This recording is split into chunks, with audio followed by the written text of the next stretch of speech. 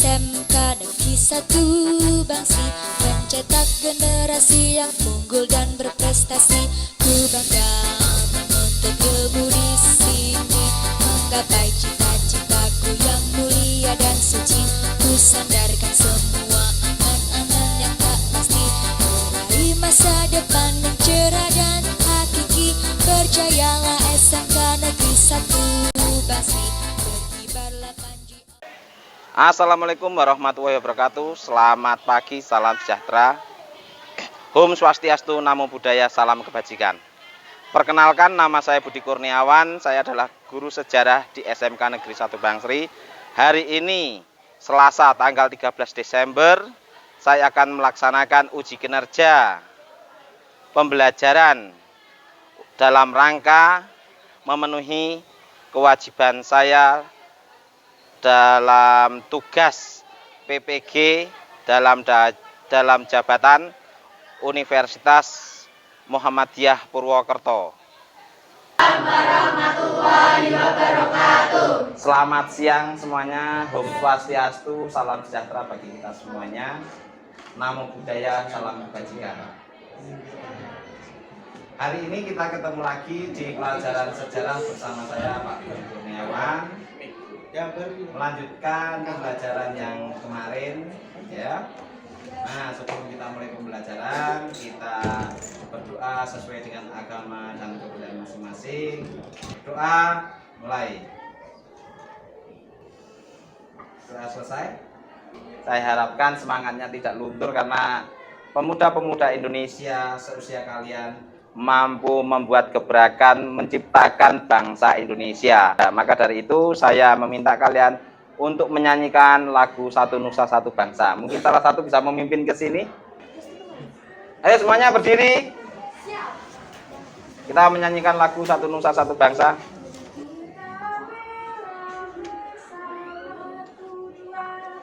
Satu nusa, satu bangsa, satu bahasa kita. Tanah air pasti jaya untuk selama-lamanya. Indonesia pusaka, Indonesia tercinta, nusa bangsa dan bahasa kita bela bersama. Terima kasih semuanya, semangat dan semangat buat kita semua. Oke ya. Tadi kita berdoa sudah, menyanyikan lagu kebangkitan, lagu kebangsaan nasional juga sudah. Sekarang saatnya saya mengabsen untuk mengetahui siapa yang tidak hadir hari ini, ya. Saya mulai dari Adelia Febriana. Hadir. Adinda Ayu. Hadir. Ahla Ainur. Semuanya hadir semua kecuali satu orang tadi yang mungkin baru sakit hati ya. Ya. Oke. Pertemuan kali ini melanjutkan pertemuan kemarin, yaitu kemarin apa, masih ingat? Apa, ayo? Oh, sejarah terjadinya kepulauan Indonesia atau asal-usul kepulauan Indonesia. Nah, karena kita tinggal di Indonesia, hari ini kita melanjutkan dengan materi manusia purba di Indonesia. Ya, oke. Kira-kira kalau ada pertanyaan seperti ini, misalkan Nabi Adam itu termasuk manusia purba atau bukan? Bukan. Alasannya apa? Karena sudah normal. Hah? Karena sudah menjadi manusia normal. Karena manusia pertama. Manusia.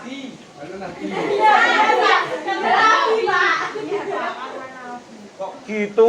Alasannya yang agak panjang dan masuk akal. Oke ya. Jadi gini, kita paling tidak sebelum membahas mengenai manusia purba, ini memang menjadi perdebatan sejak zaman dahulu dari kalangan agama dan kalangan ilmu pengetahuan ya, sains atau ilmuwan. Kenapa?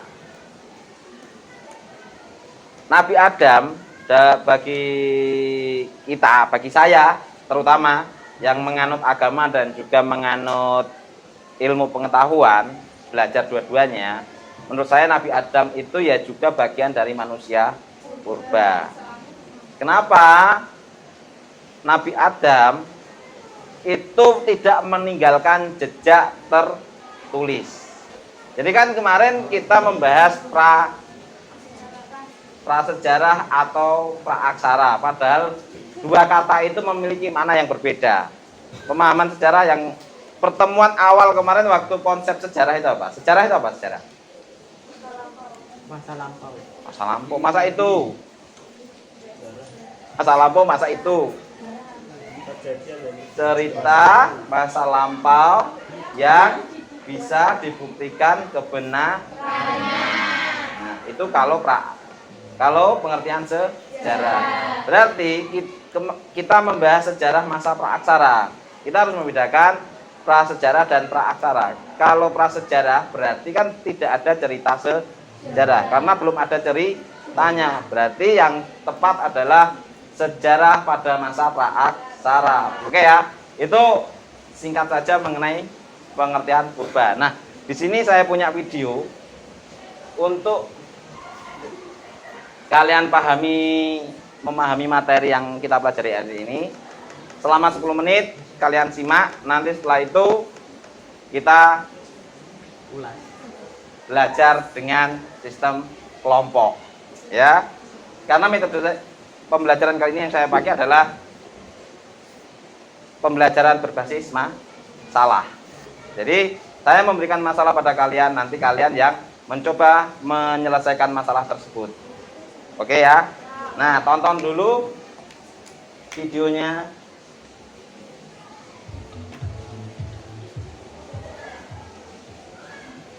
Telusuri peradaban awal di Kepulauan Indonesia. Adapun minggu lalu kita sudah membahas tentang terbentuknya Kepulauan Indonesia. Nah, semuanya yang belum menonton video minggu lalu, ditonton ya Nana agar materinya bisa sejalan. Oke, langsung saja tujuan pembelajaran kita pada hari ini adalah kita akan mengenal manusia purba di Indonesia. Nah, sekarang kita sudah berada di sini ya Nana ya, mengenal manusia purba di Indonesia. Jadi di awal itu kita sudah bahas tentang masa praaksara, yaitu sebelum mengenal tulisan. Lalu kita sudah membahas juga terbentuknya Kepulauan Indonesia, dan hari ini kita akan mengenal manusia purba di Indonesia. Jenis manusia purba di Indonesia. Setelah ditetapkan sebagai warisan dunia, situs manusia purba Sangiran dikembangkan sebagai pusat penelitian dalam negeri dan luar negeri, serta sebagai tempat wisata. Jadi selain itu, Sangiran ini juga memberikan manfaat kepada masyarakat sekitarnya karena pariwisata di daerah tersebut. Nah, itu adalah gambar dari situs manusia purba Sangiran ya, anak-anak ya. Jadi di sini, siapa yang udah pernah ke sini? Di sini tersimpan. Siapa yang pernah ke Sangiran? Manusia. Belum pernah semua ya. Jadi kalau ada waktu kita boleh berkunjung ke sana ya. Nanti kalau kalian punya uang berkunjung ke sana. Sebenarnya peninggalan manusia purba untuk sementara ini yang paling banyak ditemukan itu berada di Pulau Jawa. Meskipun di daerah lain juga ada, para peneliti belum berhasil menemukan tinggalan tersebut atau masih sedikit yang berhasil ditemukan. Misalnya di Flores. Nah, berikut ini beberapa penemuan penting fosil manusia di beberapa tempat, yaitu yang pertama Sangiran. Di dalam buku Hari Widianto dan Truman Simanjuntak, judulnya Sangiran Menjawab Dunia, diterangkan bahwa Sangiran merupakan sebuah kompleks situs manusia purba di kala Pleistosen yang paling lengkap dan paling penting di Indonesia, bahkan di Asia. Lokasi tersebut merupakan pusat perkembangan manusia dunia yang memberikan petunjuk tentang keberadaan manusia sejak 150.000 tahun yang lalu. Lalu dilanjutkan oleh Eugene Du Bois, juga pernah datang ke Sangiran. Nah, tapi dia kurang tertarik dengan temuan-temuan di wilayah Sangiran. Lalu pada tahun 1934, Gustav Hendrik Rapp von Koenigswald menemukan bahwa artefak litik di wilayah Ngebung yang terletak di sekitar 2 km barat laut Kubah Sangiran. Lalu artefak inilah yang kemudian menjadi temuan penting bagi situs Sangiran. Jadi sejak penemuan oleh Van Koningswald, situs Sangiran ini menjadi sangat terkenal berkaitan dengan penemuan-penemuan fosil Homo erectus secara sporadis dan berkesinambungan. Jadi di sini Homo erectus itu adalah taxon paling penting dalam sejarah manusia. Tengkorak Homo erectus landung ini berukuran besar dengan volume otak rata-rata 1100 cc. Nah, ciri-ciri ini menunjukkan Homo erectus ini lebih maju dibandingkan dengan Homo erectus yang ada di Sangiran. Jadi manusia landung ini diperkirakan berumur antara 300.000 sampai 1.000 tahun yang lalu. Nah, berdasarkan beberapa penelitian yang dilakukan oleh para ahli, dapatlah direkonstruksi beberapa jenis manusia purba yang pernah hidup di zaman prasejarah, yaitu sebagai berikut. Yang pertama ada jenis Meganthropus. Jenis manusia purba ini terutama berdasarkan penelitian Van Koningswald di Sangiran tahun 1936 dan 1941 yang menemukan fosil rahang manusia berukuran besar. Dari hasil rekonstruksi ini, kemudian para ahli menamakan jenis manusia ini dengan sebutan Meganthropus paleojavanicus, artinya manusia raksasa dari Jawa. Jenis manusia purba ini memiliki ciri rahang yang kuat dan badannya tegap. Diperkirakan makanan jenis manusia ini adalah tumbuh-tumbuhan. Nah, masa hidupnya ini diperkirakan pada zaman Pleistosen awal. Lalu ada manusia liang buah. Jadi pengumuman tentang penemuan manusia Homo floresiensis pada tahun 2004 ini menggembarkan dunia ini pengetahuan. Sisa-sisa manusia ditemukan di sebuah gua liang buah oleh tim peneliti gabungan Indonesia dan Australia. Lalu yang ketiga, kita akan melihat ada perdebatan antara Pithecanthropus ke Homo erectus. Jadi penemuan fosil-fosil Pithecanthropus oleh Du Bois ini dihubungkan dengan teori evolusi manusia yang dituliskan oleh Charles Darwin. Dalam berbagai mata ilmiah melahirkan perdebatan. Dalam publikasinya itu, Du Bois mengatakan bahwa menurut teori evolusi Darwin, Pithecanthropus ini adalah peralihan kera ke manusia. Kera merupakan moyang manusia. 50 tahun kemudian terbukti bahwa gigi yang telah ditemukan itu memang berasal dari gigi Homo atau orang hutan. Perdebatan itu kemudian berlanjut hingga ke Eropa. Teman-teman Du Bois itu menandai munculnya sebuah kajian ilmu paleontologi telah lahir di Indonesia. Jadi ditemukan situs Zoologis di dekat Beijing itu menghasilkan sejumlah besar fosil-fosil manusia yang diberi nama Sinanthropus echinensis. Adapun temuan fosil ini beserta tulang itu menunjukkan bahwa ciri-cirinya itu sama dengan Pithecanthropus erectus. Jadi seorang ahli biologi menyatakan bahwa standar genetik itu tidak dimungkinkan memisahkan Pithecanthropus erectus dan Sinanthropus echinensis dengan genus yang berbeda dengan manusia modern. Dalam pandangannya ini, maka Pithecanthropus erectus itu harus diletakkan sama dalam genus Homo. Dan untuk mempertahankan reputasinya, maka dinamakan namanya Homo erectus. Berakhirlah debat panjang mengenai Pithecanthropus dari Du Bois tahun yang lalu. Nah, saat ini Pithecanthropus itu diterima sebagai hominid dari Jawa. Dilanjutkan oleh Eugene Du Bois juga pernah datang ke Sangiran. Nah, tapi dia kurang tertarik dengan temuan-temuan di wilayah Sangiran. Lalu pada tahun 1934, Gustav Hendrik Rapp von Koningswald menemukan bahwa artefak litik di wilayah Ngebung yang terletak di sekitar 2 km barat laut Kubah Sangiran. Lalu artefak inilah yang kemudian menjadi temuan penting bagi situs Sangiran. Jadi sejak penemuan oleh Van Koningswald, situs Sangiran ini menjadi sangat terkenal berkaitan dengan penemuan-penemuan. Oke ya, itu video materi mengenai manusia purba. Nah, setelah itu kalian akan saya beri masalah. Masalah yang akan saya kasih adalah masalah mengenai menganalisis tentang materi manusia purba yang ada di Indonesia. Oke ya. Nah, sekarang saya bagi menjadi kelompok-kelompok dulu ya. Kelompoknya sesuai absen aja, biar gampang. Absen 1 sampai 6 ya. Dimulai dari Adelia sampai Andika, kelompok 1. Ya, paham? Terus setelah itu kelompok 2 yaitu mulai dari Aura sampai dengan Vicky. Oke ya. Sekarang berkumpul pada anggota kelompoknya masing-masing. Meja ini boleh dibikin menjadi 6 grup. Mulai dari sana, mepet sana tidak apa-apa. Mejanya diambil, ambil 2 meja. Oke, kelompok 1 mana ngumpul. Nah, kelompok 1 masalahnya adalah mengapa para ahli banyak melakukan penelitian manusia purba di sekitar bantaran sungai. Oke, kelompok 2, perhatikan.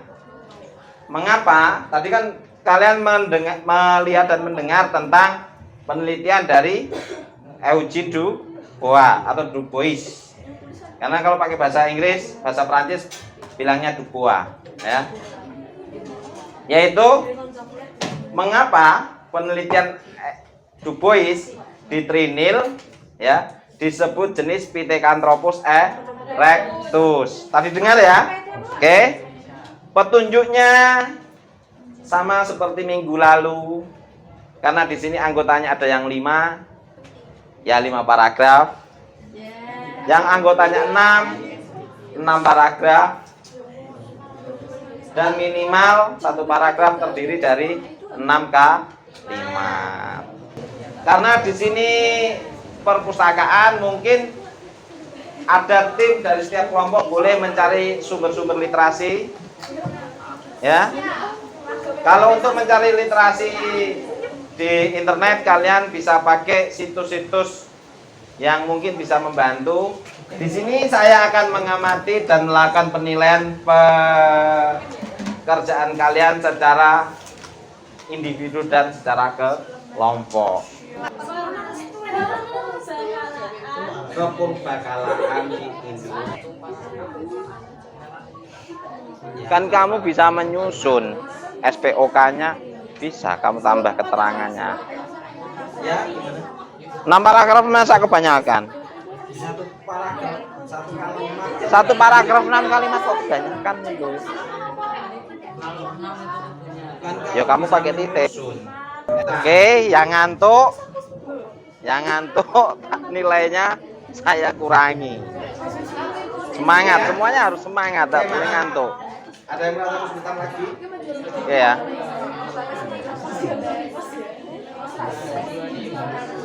Enggak ada. Ramenya boleh rame selama itu ramenya kita diskusi dalam rangka mencari. Oke, semangat. Semangat kakak-kakak. Oke, waktu sudah habis. Semuanya selesai pas tepat waktu. Oke ya. Sekarang karena kalian sudah bekerja, sekarang waktunya kita ice breaking. Oke, ice breaking ini saya punya pertanyaan yang menggunakan logika dan berpikir cepat. Oke ya. Oke ya. Bendera kita warnanya merah. Putih. Terus susu warnanya Putih. Sapi minumnya Air. ternyata tapi saya dengar ada yang jawab susu. Berarti yang jawab susu nggak konsentrasi. Oke, semuanya mejanya dikembalikan pada posisi semula. Oke, saya minta perwakilan 1 dari setiap kelompok kita gambreng untuk siapa yang pertama kali presentasi. Ayo gambreng.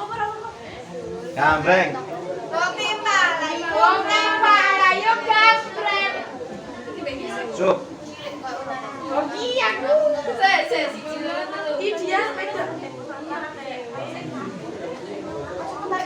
Oke.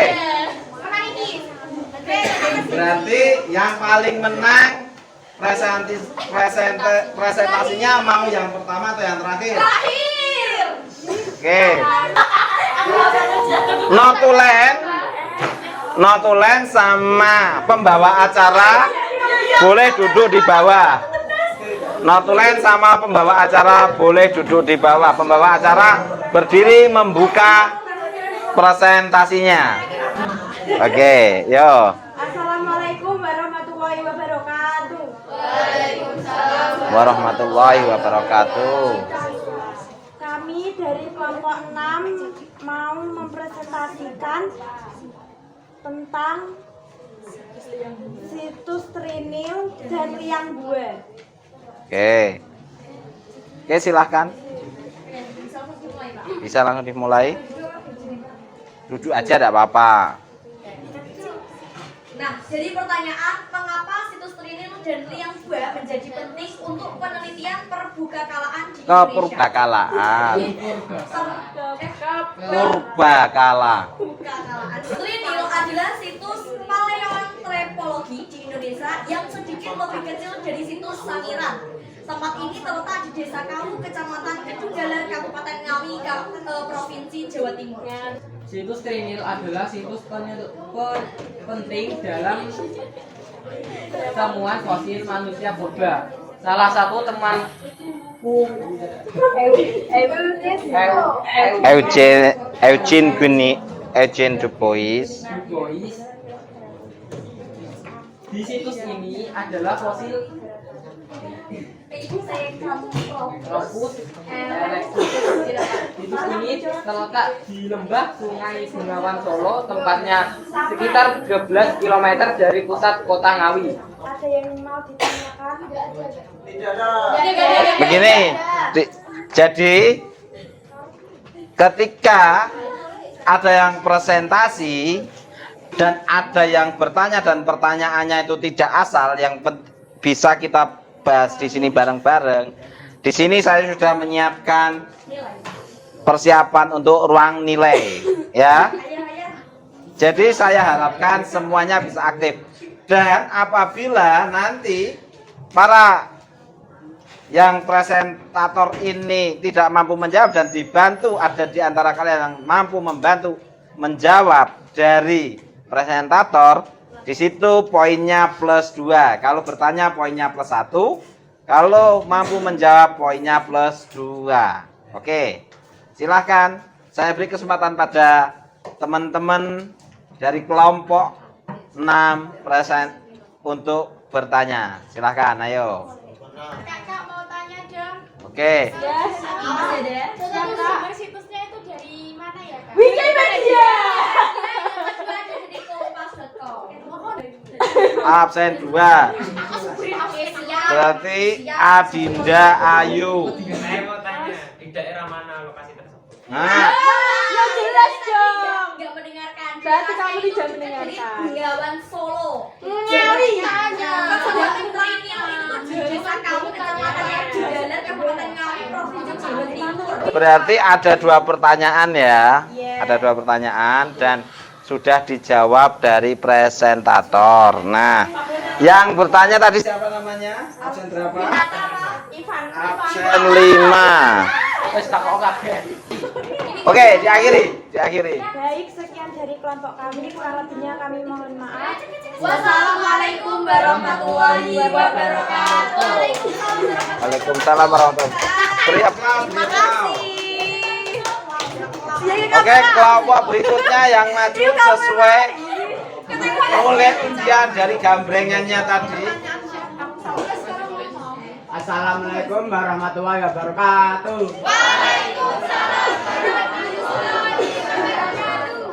Kami dari kelompok 2 ingin mempresentasikan penelitian tentang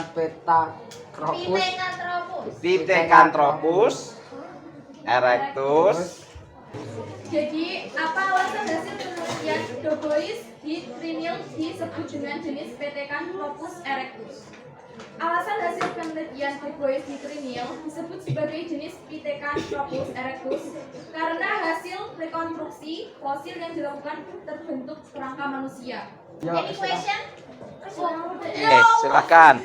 Oke, saya ambil 3. Silakan bertanya mulai dari Sima. Oke, absen 33. 33 berarti Sima. Oke ya. Siapakah nama ilmuwan yang pertama kali menemukan fosil Pithecanthropus erectus? Tadi saya ingatku Darwin yang bla bla bla. Mana ada Darwin? Darwin. Oh iya,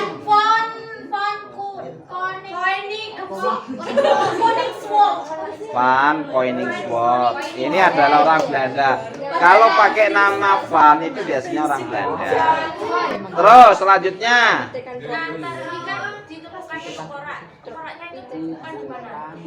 Di daerah mana? Oh, Ngawi. Ngawi ya Pak. Gila. Ayo di mana? Ini mengetes pengetahuan. Jadi kalian yang presentasi itu setidaknya mengetahui. Kan sesuai artikel kita ora tuh. Tadi kan sesuai artikel yang kita baca. Nah, tadi itu nggak dijelaskan di mananya. Tapi Mana ada? Di sini aja ada kok. Saya menyimak ada di Trinil. Terus terakhir Nova. Nah, mengapa hasil penelitian di Trinil disebut sebagai jenis Pithecanthropus. Karena memiliki tubuh dan badan yang tegak, gerahangnya masih besar, rahangnya kuat, memiliki tonjolan di kening yang lebar, yang tebal, memiliki tonjolan belakang kepala yang nyata, tidak berdagu, berhidung lebar, sehingga ia dijuluki sebagai manusia kera yang berjalan tegak. Karena buah tulang paha atau utuh fragmen yang menunjukkan pemiliknya telah berjalan tegak, volume otaknya 900 cc. Oke ya. Silakan ditutup. Sekian dari kelompok 2. Wassalamualaikum warahmatullahi wabarakatuh. Waalaikumsalam warahmatullahi wabarakatuh. Oke, semuanya perhatikan. Semuanya perhatikan saya. Oke. Pertemuan kita lanjutkan minggu depan, minggu yang akan datang, ya. Oke, paham semua? Saya mohon maaf, saya senang sekali karena kalian sangat antusias dalam pembelajaran saya. Oke, berarti di sini sesuai dengan masalah yang saya angkat dalam PPG kemarin adalah tentang antusiasme pembelajaran sejarah. Terbukti dengan kita menggunakan metode pembelajaran PBL ini berbasis masalah ini ternyata lebih menyenangkan, ya kan? Iya. Daripada saya hanya sekedar bercerita. Ya kan? Daripada saya hanya sekedar seperti radio. Dan ini terbukti efektif. Oke. Nah, untuk itu pesan saya pada kalian selalu rajin belajar, rajin beribadah, ya, rajin membantu orang tua. Ingat, ada pepatah mengatakan dengan iman hidup menjadi lebih terarah, dengan ilmu hidup menjadi lebih berkah dan lebih mudah. Oke ya. Ada di WA kalian, nanti saya kirimi Google Classroom untuk menjawab soal-soal yang saya berikan sebagai nilai pengetahuan. Oke ya. Sebelum kita tutup, kita berdoa sesuai dengan agama dan kepercayaan masing-masing. Karena tadi yang memimpin doa sudah saya, sekarang saya minta perwakilan di antara kalian memimpin doa. Ayo. Nah, ini loh. Mbak Laura, monggo Mbak Laura, silakan duduk di samping saya. Ayo Mbak Laura.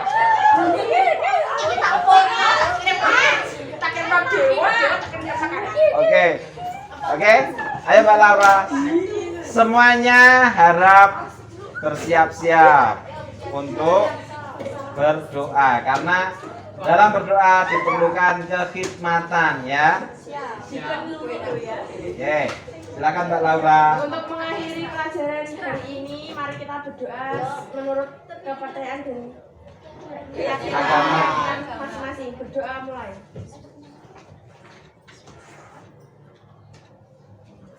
Berdoa selesai. Oke, saya tutup. Terima kasih kepada kalian semuanya karena pembelajaran kita sudah berjalan dengan baik. Wassalamualaikum warahmatullahi wabarakatuh. Sampai jumpa minggu berikutnya. Oke, terima kasih semuanya. Ulang. SMK Negeri 1 Bangsi, sekolah harapan untuk Ibu Pertiwi. SMK Negeri 1 Bangsi, mencetak generasi yang unggul dan berprestasi. Ku bangga menuntut ilmu di sini, menggapai cita-citaku yang mulia dan suci. Ku sandarkan semua angan-angan yang tak pasti, meraih masa depan yang cerah dan hakiki. Percayalah SMK Negeri 1 Bangsi, berkibarlah panjang